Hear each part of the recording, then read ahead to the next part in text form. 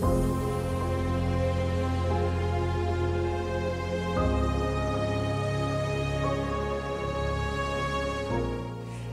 afternoon, everyone. I'm Yoana Koleva, and I'm part of the business development team here at GATE Institute. And today I have the pleasure of moderating the panel discussion on the topic business-driven innovation, from data to market impact. But before we move, I would like to give the floor to my colleague, George Randelov, for a short opening segment. George, over to you. Thank you, Yoana. I will speak in Bulgarian. Yes, so we prepared a very short, nice surprise about how innovation drives competitiveness in Bulgaria. So I have the pleasure to join with me господин Рангелов. Здравейте. Господин Рангелов е директор бизнес развитие на INSA Oil. И преди около една седмица той взе наградата за иновации в производството по време на събитието Мистер и Мисис Икономика. Наградата беше връчена за проекта им Индекс 11, завод, в който се произвежда бета-каротин по уникална българска технология, единствения в Европа и третия в света. Господин Рангелов, още веднъж поздравления за наградата. Надявам се, че ме чувате. И ви благодаря, че се съгласихте на това блиц интервю, което искаме да направиме. Първият ми въпрос е дали може да ни разкажете защо се обърнахте към Университета по хранителна технология, за да работите заедно по този проект Индекс 11? Господин Ранделов, благодаря ви за поканата. За мен е чест и удоволствие да участвам в този панел на Гейт Институт. Нашата компания над 20 години се занимава с преработка на нефт и производство на горива. Ние взехме решение, че утвърдени вече в този бранш в България и на голяма част от доставчиците, търговците в Европа, решихме да развием малко нашия бизнес и да навлезем в хранително-вкусовата промишленост предвид климатичните предизвикателства, промени и проблемите, с които, за съжаление, може би предстоят относно производството на храни и хранителни продукти за хора и животни. Тъй като стъпките за развитие за вземане на решение на каквато и да била инвестиция за едно производствено предприятие, дейността, за която отговарям аз в нашата компания и не само, винаги преминава през избора на правилната технология. И тъй като взехме решение да работим в хранително-вкусовата промишленост, логичният избор беше Университета по хранителни технологии в Пловдив. Ние се бяхме насочили, имахме ясна цел какво искаме точно да правим и за това беше лесно и да изберем директно и катедрата, а именно катедра по биотехнологии, който ръководител е професор Ангел Ангелов, който е име, утвърден в този бранш. И поради тази причина, защото когато работиш, примерно, както е в петролния бизнес с утвърдени технологии, вие директно си закупувате готова технология, която вече правите проектиране, базов проект, работен проект и така нататък. Но тук започнахме наистина от лабораторията на ухите. Избрахме ги, защото в своята област те са силни. Пловдив хранително-вкусовата промишленост е доста развита. Те имат традиции в годините и намерихме общ език. Благодаря ви. Следващия ми въпрос е... Извинявайте, прекъснах ви. Да, следващия въпрос е какви са ползите за вас и за института от това партньорство? Ползите за нас като компания са ясни, за института може би трябва да се обърнем към тях, но при нас беше много важно, защото етапите на внедряване на нова технология, когато е разработка съвместно както компания с институт, е пилотна инсталация или полупромишлена инсталация. В България това не е много прието и заложено. Не знам за добро или за лошо, може би сме по-смели. Затова започнахме при тях в лабораторни условия. Разработихме щам, разработихме технология за производство и по този начин ние най-вече минимизираме риска. Защото вие знаете, една инсталация, когато започне работа, инвестицията са капиталните разходи, след като започне работа, оперативните разходи. В началото капиталните разходи са много стряскащи, сумите са огромни, но когато завода е на печалба, след 1, 2, 3 години, който и да попитате в компанията, трудно ще получите точно колко е струвал завода. Важни са колко разходи се харчат на година в този завод, като поддръжка, суровини, материали и така нататък. Когато започнете в университет и започнете от лаборатория, вие още в биореактора, който е 5 литра, образно казано, имате готов материален баланс, който на 90% ще ви се покрие, когато имате реактори примерно по 200, 300, 400 кубика N на брой. Така че избор е логичен. По този начин вие още в лабораторията имате достатъчно информация какво бихте получили и очаквали в завода. Благодаря ви много. Ако се работи умно, ако се работи сериозно, дори може да получите достатъчни количества, които да анализирате и да знаете дори състава на вашите продукти в детайли. Т.е. да се насочите към вашите бъдещи клиенти още от тези първи стъпки. Благодаря ви много, доста впечатляващо. Последният ми въпрос.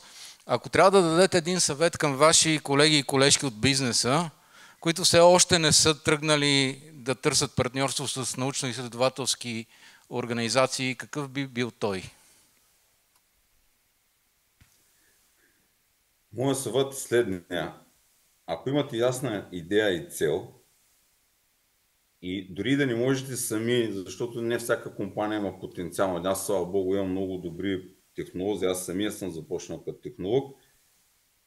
Задължително изберете правилния университет и катедра, защото много естествено зависи от бизнеса ви в какъв отрасъл е.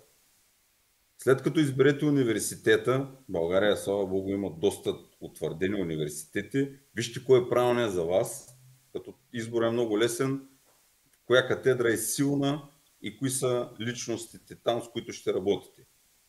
Също така, какво е оборудването в лабораториите? Защото знаете, че базите в България не са идеални, но тогава пък инвестирайте и, както ние направихме, и закупете необходимите апарати.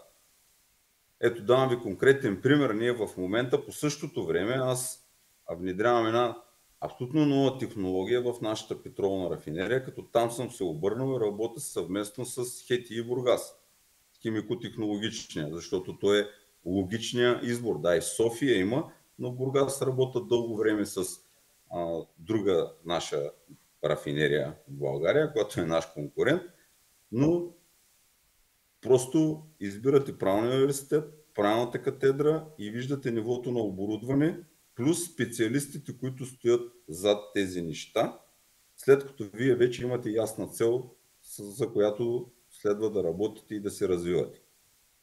И дори да не успеете, ще загубите някакви хикс пари, които в никакъв случай няма да бъдат милиони, каквато би била инвестицията в завод, ако тръгнете да работите на сляпо. Благодаря ви много, господин Рангелов. Само да кажа, че ние в Гейт също сме отворени към партньорство с вас, да намерим обща тема. Пожелавам ви успех в начинанията. Заповядайте при нас да видите ние в какви теми работим и се надявам до година да спечелите друга награда, пак за иновации в друга сфера. Благодаря ви още веднъж, че се присъединихте. Ще се радвам да се видим наистина. Ние работим усилено съгласно това, което предстои да се внедри в ред 3 на Европейския съюз, така че сме отворени към всякакви предложения. В момента обсъждаме и работим основно по втора генерация биогорива, така че може да се бъдем полезни. Благодаря за поканата. Благодаря още веднъж. Yoana, back to you. Всичко добро. Thank you, George, and thanks to INSA Oil for providing such a practical perspective on today's topic. And thank you as well for staying with us for the panel discussion. So please take one of the seats. Take the one with the picture so at least you know who's who. Not a bad idea. And let me warmly welcome the rest of our panelists. I'll start with Diana Aladzhova, who is a partner at Silverline Capital and the founder of CFO Insights. She comes with a strong track record in investing and scaling high-growth tech companies. After that, I would like to invite Nikolay Lazarov, who is a head of marketing communications and analytics at Borica. He has strong expertise in data-driven innovation across financial services and critical infrastructure. And last, but definitely not least, it's a pleasure to welcome Lyubomir Filipov, who is the Director of Strategic Partnerships and Regulation in Veolia. He is leading innovation collaborations in large industrial and highly regulated environments.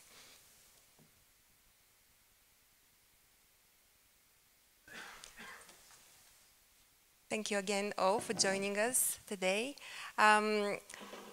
So I would like to go straight into the topic and continue building on the keynote from Stefan earlier. And I would like to ask each one of you to share an example from your experience where you have seen research being as the real driver for innovation or competitive advantage, and what was successful in that collaboration. Stefan? I did speak enough already, so... But you're already warmed up. I might as well carry on. Maybe I'll just go back to an example from outside it, from a previous career at a company called Nestle. And if you actually think of what Nestle is really known for and successful, it is the nutrition that is good enough that that's all a baby or a pet eats. Now, this was one of those collaborations with all sorts of universities where the product to understand what a human baby, but even a dog or a cat needs, and if that's all they eat, needs nutrition research, it needs food science research to actually make it. It actually took a few false starts, so a few startups who then, some of them survived, but some of them didn't, to actually commercialize it correctly. And now these are the two most profitable business of Nestle. Now, you think pet food is trivial, but actually it's really high tech in a whole sorts of ways. Good. And what worked in that collaboration? I think really what worked was the absolute deliberate alignment of strategy. So at Nestle, we made sure that the collaboration fitted into the internal way of planning what we're going to invest money in. We did not distinguish between external and internal innovation in that sense. We said, look, the external partners are another project on our list, and they interesting compete sometimes for resources with internal ones. So it was not something that was in parallel, it was integrated in the way we work. And this integrated part was really where the conscious effort to collaborate came. You know, you really need to want it. Otherwise, it's just too easy to say, nah, I'll do my own thing. Just you go away. Thank you. Diana? Thank you. I would like to give another example, again in the food space. The company is called Antarta, and it's a great example of how collaboration between the scientific community and experienced entrepreneurs actually build up an innovation in the food industry, and namely space food. This is high technology food which is based on, which is rooted in cryobiology. And it preserves all the nutrients while giving the food extremely long shelf life. This is food that can be used everywhere in extreme conditions, including space, all kinds of exhibitions, sports. And the interesting part here is that it's a legacy science of Bulgaria, the space food, which was basically revived through Bulgarian entrepreneurs who invested a lot of efforts into taking this science and building it into a product which is commercially viable. And from there, it comes a long way until you actually build a business model, because first you have the science, as you already mentioned, then you need the product.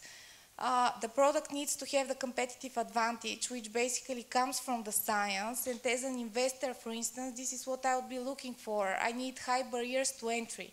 I want to see products that are difficult to replicate and that can actually penetrate different markets based on their uniqueness. So science is actually a great source of such uniqueness, and only such type of collaboration can bring innovation and technology into the food space. So now the company is actually developing very well, but it's again the result of collaboration between scientific community, entrepreneurs and investors who all invested within the same aligned strategy, willing to build some unique products from Bulgaria to penetrate global markets. Thank you. Hello. First of all, thanks for the invitation. In financial sector, there is a lot of examples. Because of the specific of financial sector, it's not materialized. There is the services behind, and the money is digitalized before maybe 50 years, maybe more. There is 70 years card payment history. While there is a huge amount of different use cases. In my current last rows, we use several universities as a use cases to check MVPs, minimal type of products that we can use in the real world, in the industry. Of course, being in the financial sector, there is a lot of regulation behind, starting from my favorite GDPR, which is not competitive advantage for Europe when we discuss geopolitics in digital, but in the end of the day, there is a crucial to use this open innovation to check some specific products and some specific simple use cases, because there is a lot of them, to see how they will work, what will be the result behind, what the test will show, what will MVP will show without spending $1 million budget for research. In my opinion, this is the right way to use this research economy for the real world, for the real economy. Thank you. Thank you. At the moment, Veolia is probably the biggest utility company in the world, and being active in three ecological directions, which are water, energy, and waste, we see that now the climate change is here, and we have to act. And we have to act now, and also we have to constantly develop new models which could support that ecological transformation that we as a company would like to lead. And for fulfilling this, let's say, target which we have to be very innovative. We have to think outside of the box. And apart from what we do internally as a research and innovation, as a big corporate, we're trying to see different ways for cooperation with the startup ecosystem all over the world, and also, of course, with the research institutes. And in that direction, we believe that we could, let's say, set up the best value proposition for our clients in order to reduce the CO2 impact, to reuse water, for example, or to turn the waste into resource. And a few particular examples in that direction. For example, in Spain, we are part of the SET Aqua. It's like a research institute dedicated on the water technologies, where with other corporates and also with different universities from Spain, we made that, center where we're trying to deal with different, let's say, topics related with the water. More particularly in Bulgaria, for example, we have very, I would say, a strong partnership with the competence center Clean and Circle, where Sofia University participates. And the idea behind that is when we have, for example, some issues related with our day-to-day activities, we could turn to them and give them, let's say, a task in order, based on the different research and scientific methods, to help us to tackle these challenges from operation point of view. And back in the time, we had maybe 2 or 3 times such challenges in the treatment of the wastewater, for example, where this institute helped us. Now, for example, with GATE, we are discussing different opportunities for cooperation and to include ourselves in the project for the digital twins of the city, which is a very interesting project, which could benefit for better management of the whole infrastructure in the city through integrated approach. Of course, startups and scale-ups, another very hot topic. We have different examples in Veolia, where we are supporting the startup ecosystems in Poland, in Germany, for example. In Bulgaria, now we're partnering with Endeavor Bulgaria, where we are looking for scale-up companies which have solutions or products which are close to our activities. We are making right now, let's say, interviews with these companies to see whether their solutions or products could be adapted to our business needs. And it's very interesting because we had the chance to meet very interesting scale-up companies from Bulgaria and from the Western talents. And we are very optimistic that these companies, of course, with validation from our side, I mean technological validation and opening up the whole Veolia world for these companies, could end up in a very, very interesting partnerships. So very briefly, that was from our side. So let's discuss. Thank you for these great examples. We can definitely see the benefits for these collaborations. I would like to take a realistic view of that collaboration between research and industry. And because sometimes the intention, what was mentioned, the intention is strong, but things don't always click. And can you share with us a barrier or maybe a couple of barriers that you've run into or you keep running into in your experience with collaboration between research and industry? Maybe let's start with Lyubomir. Actually, it's very interesting to see how, I mean, the process of, let's say, integration or validation of a startup company with a big corporate. And if I have to be honest, it's not very easy.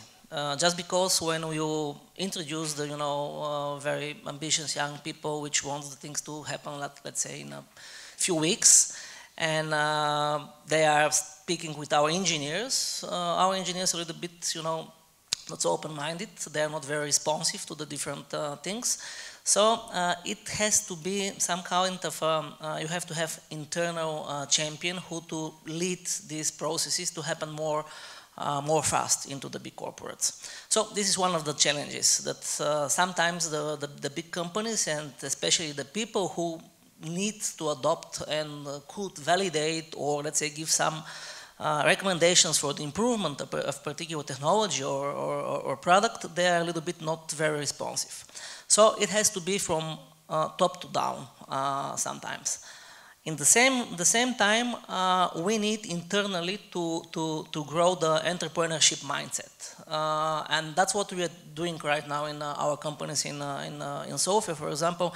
We're trying to find in which department, no matter whether it's a commercial department or technical department or legal department, for example, people who are open-minded, who have entrepreneur mindset, in order when we have an open innovation program or startup coming from outside to have the people inside the company who could accommodate these startups or scale-ups. So this is another one challenge. I'm not going to talk about the regulations and lack of money sometimes because everything starts with the change of the mindset and afterwards everything else is happening. If I can interject, one of the luckiest moments of my open innovation career was having an enlightened lawyer in those Nestle years. I'm serious, no, she's longer retired, but she had just the right balance of protecting the interests of the company, but understanding that we need to be able to give something to the partners. And interesting, the contracts she wrote, I keep finding the same text in other companies nowadays because it's been copied again and again throughout the industry. Because it works, it balances just right intellectual property, returns on investment, division of responsibilities. And I'm eternally grateful to this woman. I can give you an example, especially this is very simple, but it's a check. The number of pages of your NDAs. I've been in the company, the number of pages of NDAs was 6 for something simple, and the company with the number of pages of NDAs, 1. Just imagine how it works in a different company, and this is something very easy to identify.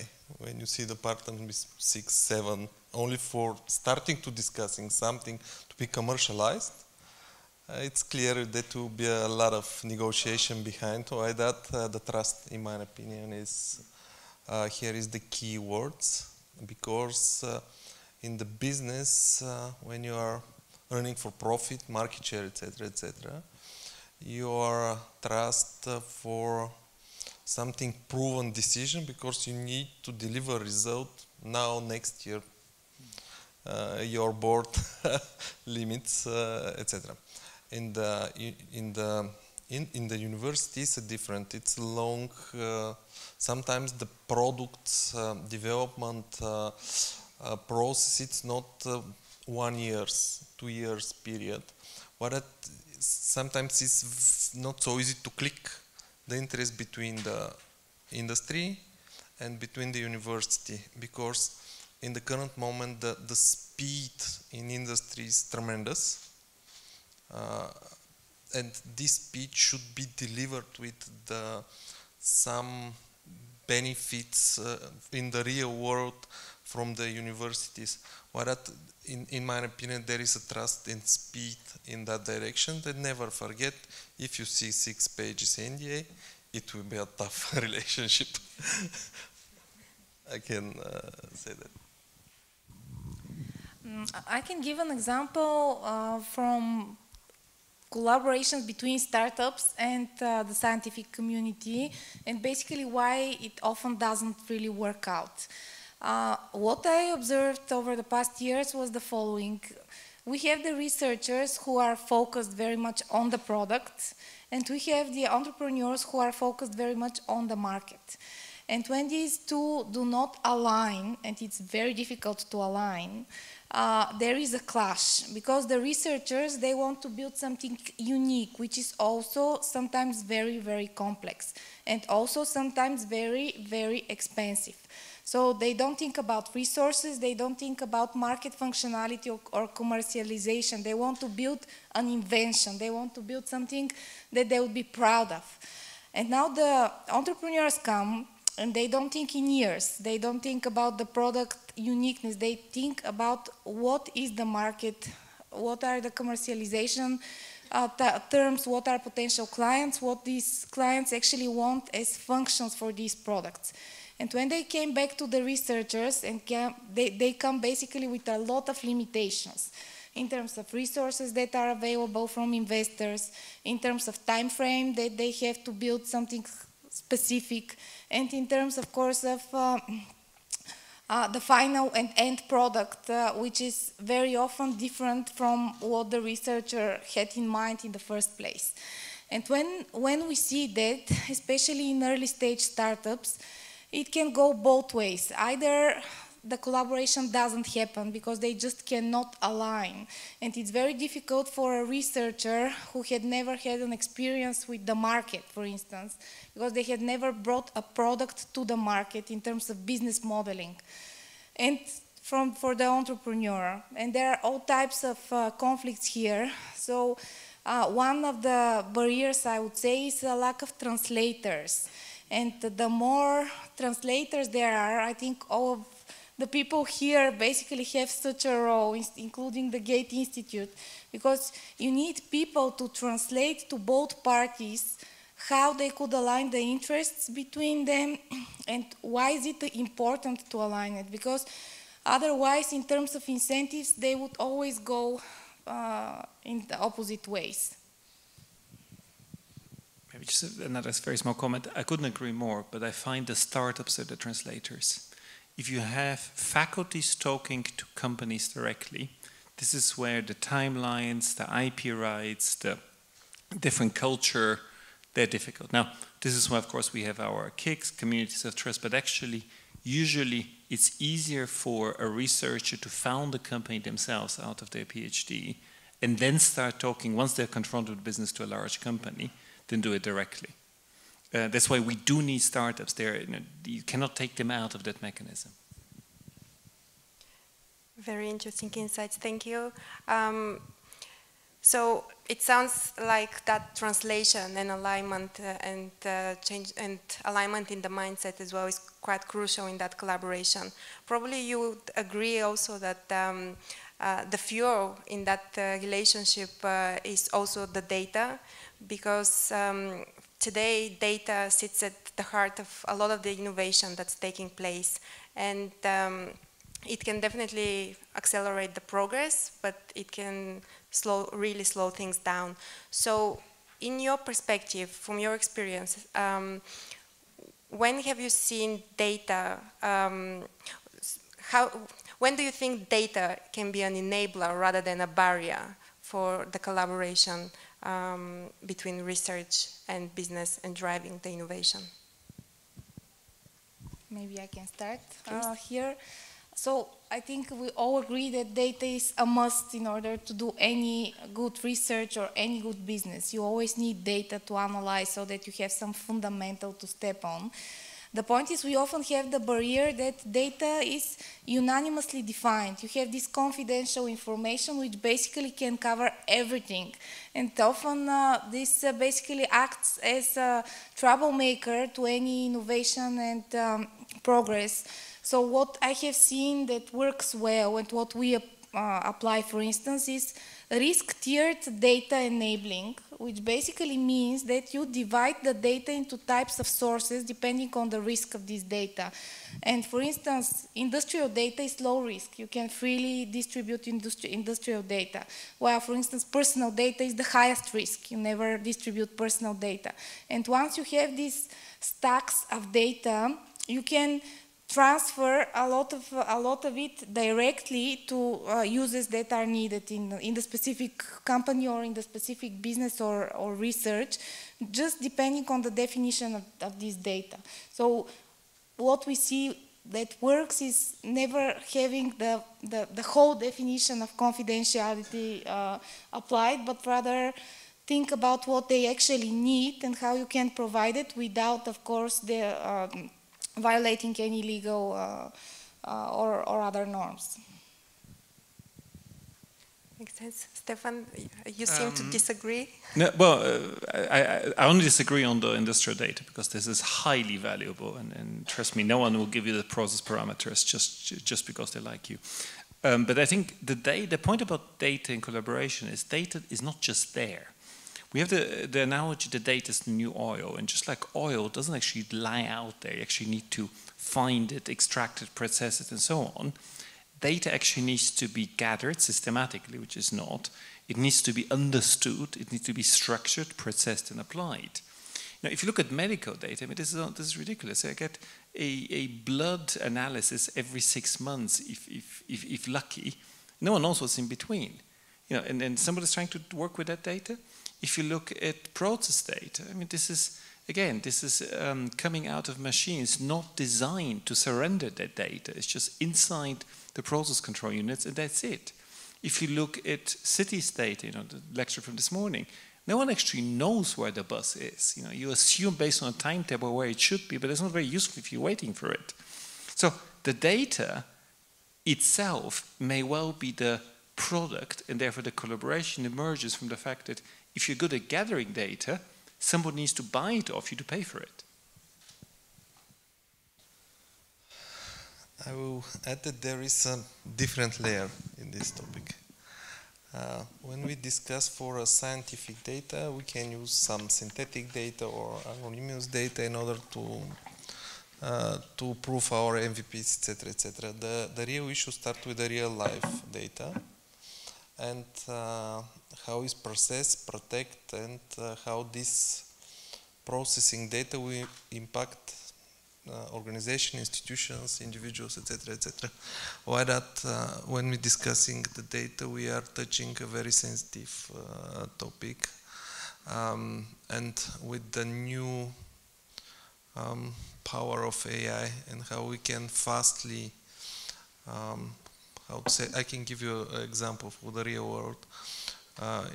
Before 1.5, even 2 years, we are modeling data for 2 months. This was the period to gathering, etc., modeling, and start using for commercial reason after 2 months. It was almost unuseful. Currently, with the current capabilities, we can modeling data in the real time, which is completely game changer when we're discussing the customer needs, behavior, etc., etc., individuals and company. Why that the issue with the data will be arise from now on, because from now on the number of data will increasing rapidly. We are not even in the period of Internet of Things when the data will be created between the connected devices. Actually, the people wouldn't be part of this story, but in the end of the day, this will affect them. Why that? The story with the data is very specific, and the universities can use the data as a synthetic data, something which is created especially randomly for proof something, which is the easiest part. The issue starts with the real life data. And this I can, yeah, about the data, we all know that if you want to manage something well, first of all, we have to measure it. And measuring this, that means that we have to have reliable data. And the things with the data are, first, whether we have reliable data, and the data it's okay in terms of quality. And secondly, it's whether the data is structured in a proper way. And even believe in all this, I mean, even the AI models, in order to train these models, we have to have the correct data structured in a correct way. So it's very important who is validating the data and how we are sure that actually what the data we use for the training of the models is the correct one, in order to have the correct results in the end of the day. Because I mean, garbage in, garbage out. And I'll give one particular example on this. Now in Sofia, for example, we're trying, based on our artificial intelligence and machine learning models, to make a model for the consumption of the water, to forecast the consumption of the water in Sofia. And we started to do that, and we found out actually that the data we use, because we were feeding the model with 2 types of data. The first type was the data from the, build volumes, the volumes of data you see in your bills for water. And the second set of data was the data which we are measuring the different zones in Sofia through log years. And based on these 2 sets of data, we want to predict how much water will be used in the city for the next, let's say, year or for example, months. And we saw some not very, some anomalies into the prediction. And we found out, for example, that the data from one of the sets for the water which is put into the city, let's put it in that way, coming from loggers, it's not correct because some of these loggers, they are not measuring correctly. And then when you put that, let's say, not correct data into the model is not predicting correct results.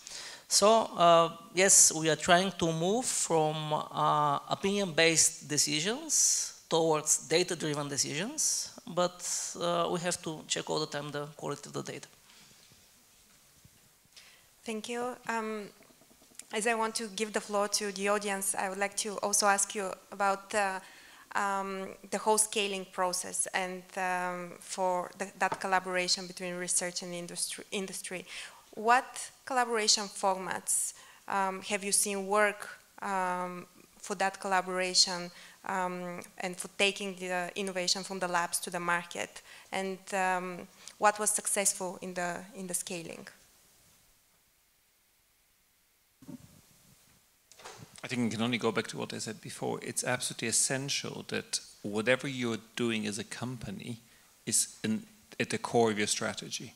Don't collaborate as a footnote, as a side project, as a hobby. You need to collaborate on the things your board sees, on the things your CEO sees, on the things your highest profile forum decides on. You have the same milestones, the same stage gates, the same portfolio reviews. And then it works because the pull effect is there. Then somebody asks, where do you stand? It's been 6 months, €1 million. Where do you stand? If you do it on the side, there is no scaling ever. Because then when you get to the factory, where you get to, presumably the sewage plant, somebody says, nah, you know what, not this year. I don't have the time. I don't have the money. It really needs to be at the core of your processes. And then everything else you can adjust. Yeah, I actually agree a lot with what you just said, and what I have observed as working very well is corporate research partnerships, where the corporate not only provides financial resources, which is also often the footnote, basically just to have it in your budget, just to have it in your marketing campaign that you're supporting research, but also the corporate becomes the first customer, because then they come with particular deliverable they want, which is also marketable, and this leads the research into a space where it becomes a product. So this is the first thing I think works very well, and the second is joint ventures between universities and startups, which usually are defined as equity stakes for both parties, because this also aligns interests. If you just take the research without giving them any equity stake, they don't really have the incentive to bring this product to the market, because what do they win? But if you actually put both parties in a commercial partnership, where they both know what they want to achieve, it's easier to get some progress there. Now, a legal barrier in Bulgaria is that actually universities face huge difficulties here to form a commercial partnership, and they cannot participate in enterprises with commercial activities, which blocks a lot of these efforts that I'm now talking about. So we also need the legal and public support here. A really tough question, because there is not black and white, and it should be very adjustable and tailor-made decision for different companies, because the culture management, etc., is a different. The same is valid for the universities, but in the end of the day, based on my knowledge and experience, what is work is so-called open innovation hubs in the companies, which are put into the direct competition for the internal, for example, development teams. It doesn't matter with this open innovation. If these open innovation teams find faster, cheaper, better decision compared to internal development team, this is the right way to do it. Now, from the other part, this is the issue for the university, because they should be enough visible, enough, how to say, adjustable the rhythm and the knowledge and the experience and the expectation of the companies, because sometimes you need to react. I can give you from my experience in 1 week, 2 weeks, because you have a board decision committee, investment committee, board committee, and this is a rhythm. For example, 1 per month, 1 per quarter, etc., etc.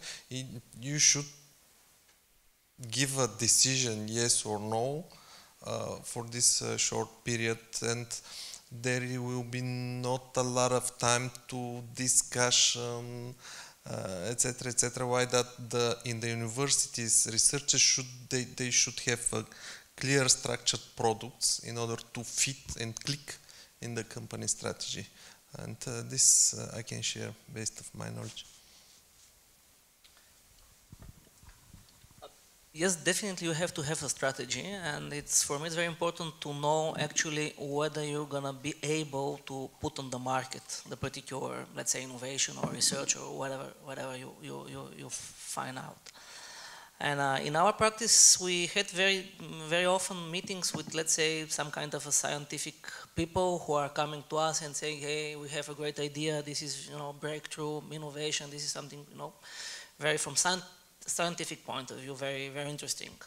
But when you ask these people, okay, good, but how we're gonna sell that, to whom we're gonna sell that, and how we're gonna make money out of that, then they said, okay, we don't know, but we made a big finding. So we have to know actually what is marketable and what is bankable in terms of innovations. Of course, this is I'm talking from the perspective of a corporation, not in general.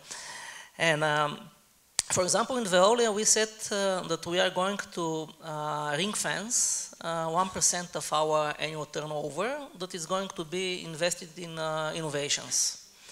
And right now we are setting up let's say, the particular mechanism through which that will happen. Because very often there is a very big, a long way between the scientific development till the market realization. And what we did, like maybe 1 year ago, it was very interesting. Actually, I was in Brussels 2 weeks ago, where we made meetings of the business development teams and innovation teams. Because we want to shorten that path. We want to be able to be client-oriented, to be very fast in suggesting different products or solutions to our clients, and we want to work with the innovation teams in order that process to be more faster and to be more efficient in terms of market realization and, of course, in provision of a better service or product. Thank you all for providing the examples. Just conscious of time, I would open the floor for the audience to ask questions, so please raise your hands. Thank you. Yeah. Hi, thank you very much for the very informative, oh sorry, did I cut across someone? The very informative panel, thank you. I'm asking from a research perspective. I'll take advantage of the expertise on the stage. If you were talking to a CEO who had never worked with a scientific research organization, what would your elevator pitch be for why they should start?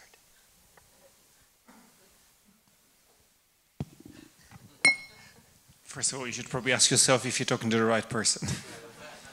I'm deeply suspicious of businesses who don't take interest in innovation. I don't think they'll survive.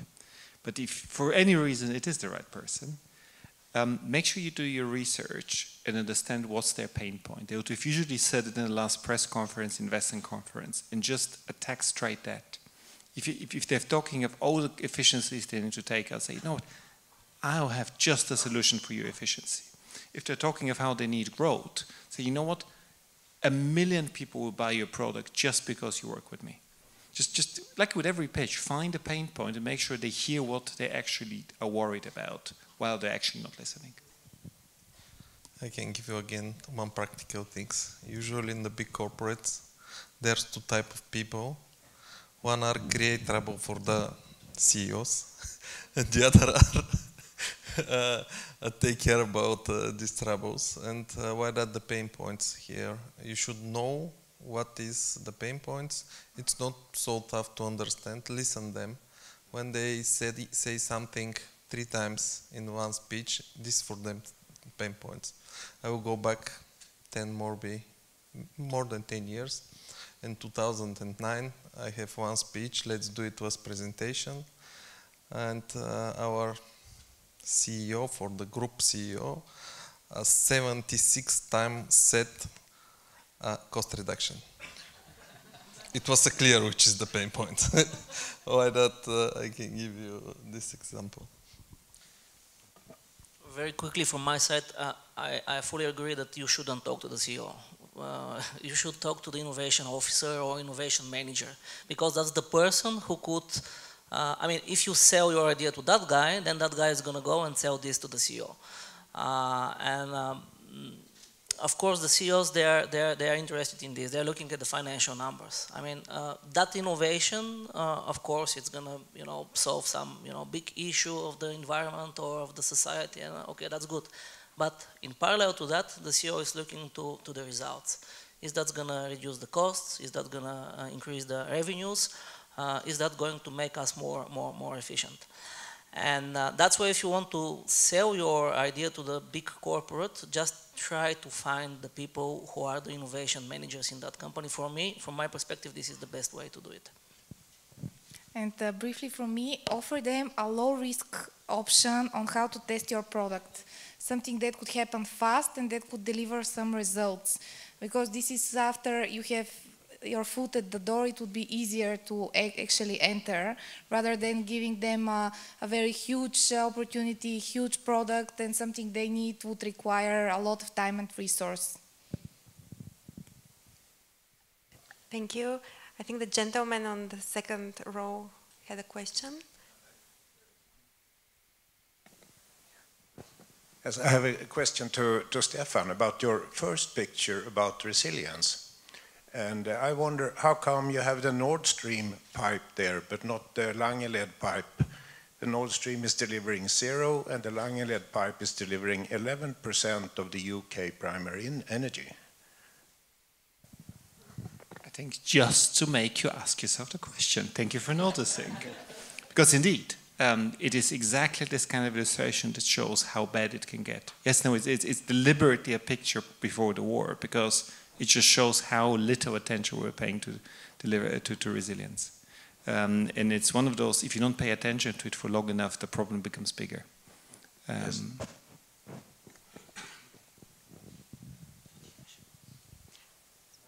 Yes, please. I have a question. Earlier today, a point was made about IKEA making use of knowledge bases, ontologies, and so on, which was considered a, let's call it a big leap for them.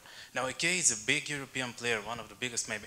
However, these technologies was adopted in the United States 10 years ago. 2015, Walmart was one of the maybe first corporations that was adopting this technology that put it in use.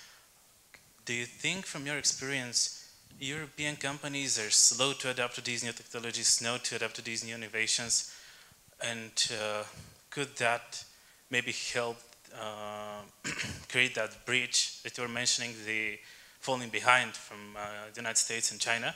And also on the contrary, could some of these smaller companies jump head first into these innovations? Let's say everybody nowadays is looking for NLP, and maybe they don't need them, maybe they don't need the NLP, maybe they don't need the AI for their custom cases. Could that be a negative impact on their future, on their profit, on their market value, and so on?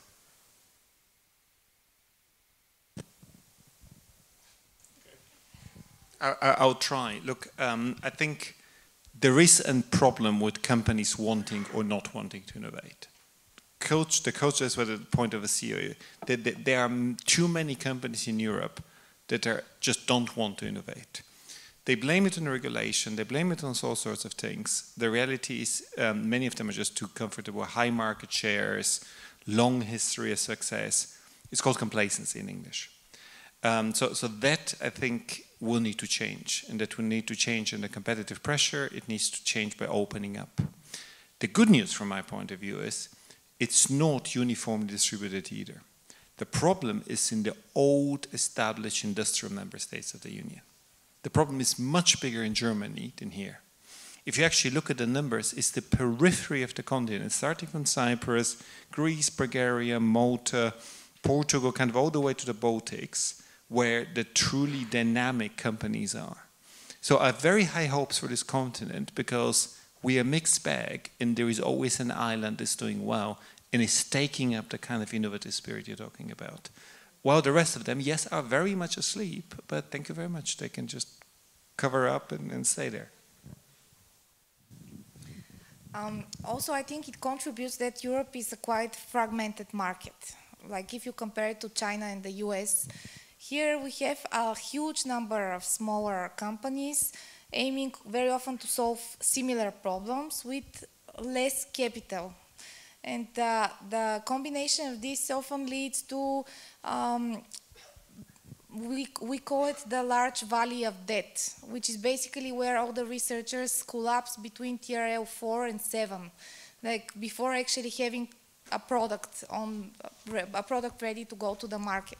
So I think it works very well when European institutions help with this regard. And for instance, now the EIC is building programs for consortiums. So they are trying to stimulate more of these smaller companies because we are invested in one EIC company. It's working on AI, extremely deep tech. They need a lot of resources, they need a lot of markets and a lot of capital. So now what we are discussing internally, if they actually build this type of consortiums and combine with 3-4 more companies collaborating, they can create something much bigger, which is also applicable to a bigger market, not only to the specific fragmented ones. One last question. But, yeah. Thank you very much for your perspective. Very informative panel discussion. I would also like to offer a perspective and a question. Because you talked about NDAs at length and what should happen, what should not happen, and I think Mr. Filipov also mentioned the golden rule of garbage in, garbage out. My perspective is the following. We have several times, and I'm coming from other jurisdictions as well, signed NDAs with companies to share data, to co-innovate, and when the moment comes, they say, oh no, we cannot give you that real data, we need to normalize, anonymize, and so on and so forth. But then how does the company expect that we deliver real value if we work on anonymized, normalized synthetic data that does not exhibit the problem that we're trying to solve? So my question with this perspective is, because I think we're talking about trust, what would be the thing that makes you cringe if I, as a researcher, come to you to talk about gaining your trust? What should we not do to, if we want your trust? Maybe I can start. It's very specific. It depends on the product behind. If it's a core cash cow products, you can explain me what you want, but the story is that this is my core, etc. If you go and support me with something new, something with the beginning of the adoption curve, it will help me to promote this better, to have better results in the end of the day as financial. Why that? This is one thing. Why that the trust with when you starting something new is different than your core. If you have 70% of your revenue comes from one product, you will be very, very, very conservative in terms to change it, to adopt it. Because this is the actual European problems. There is a lot of cash cow working hundreds of years very well, give a huge amount of profit. How to change it if they deliver it 80% of your revenue?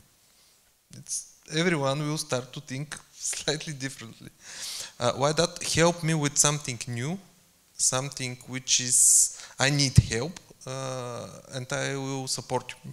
I will give you the exact way how I'll explain this to researchers and startups with this question. I can say maybe that. Just an almost philosophical view.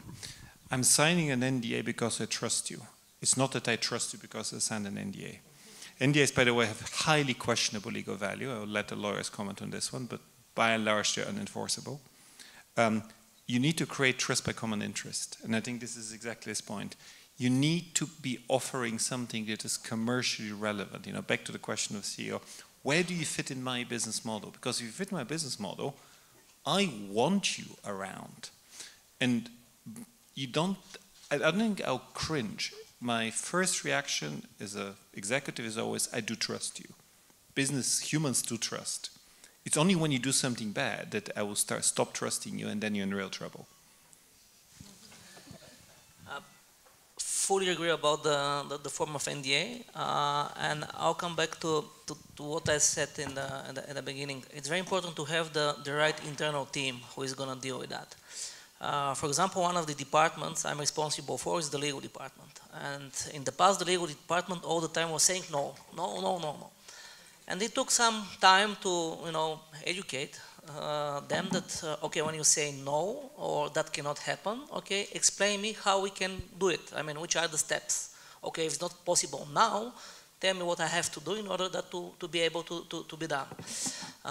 It's also with the IT guys. I don't know. I don't want to insult somebody, but you know, IT guys again. We have, you know, certain protocols of Veolia. We cannot connect this device to our SCADA system. Of course, the SCADA system is, you know, commanding our different valves and reservoirs and stuff like that. But probably there is some kind of a technical decision to find out, you know, maybe we can find some kind of other protocols and do the things. And if these people are not internally, let's say, convinced into the added value of the things we are going to do, I mean, it's very hard. Even if the CEO pick up the phone and tell them, let's do it, just do it, they can find a million of ways to kill the project. So you have to have the proper internal, let's say, environment which could accommodate such kind of projects. I don't know whether I have answered to your question, but this is, again, a mindset in a way. Thank you. That was very interesting discussion. I have a lot more questions, I'm sure the audience as well, but I'm afraid we ran out of time 20 minutes ago. So thank you for sharing your reflections and thoughts on the topic about the collaboration between research and industry and the importance for it for all of us. And I hope that discussions like this will continue to shed more light on why it matters and how we can make it stronger in the future. So thank you very much, and big round of applause for our panelists.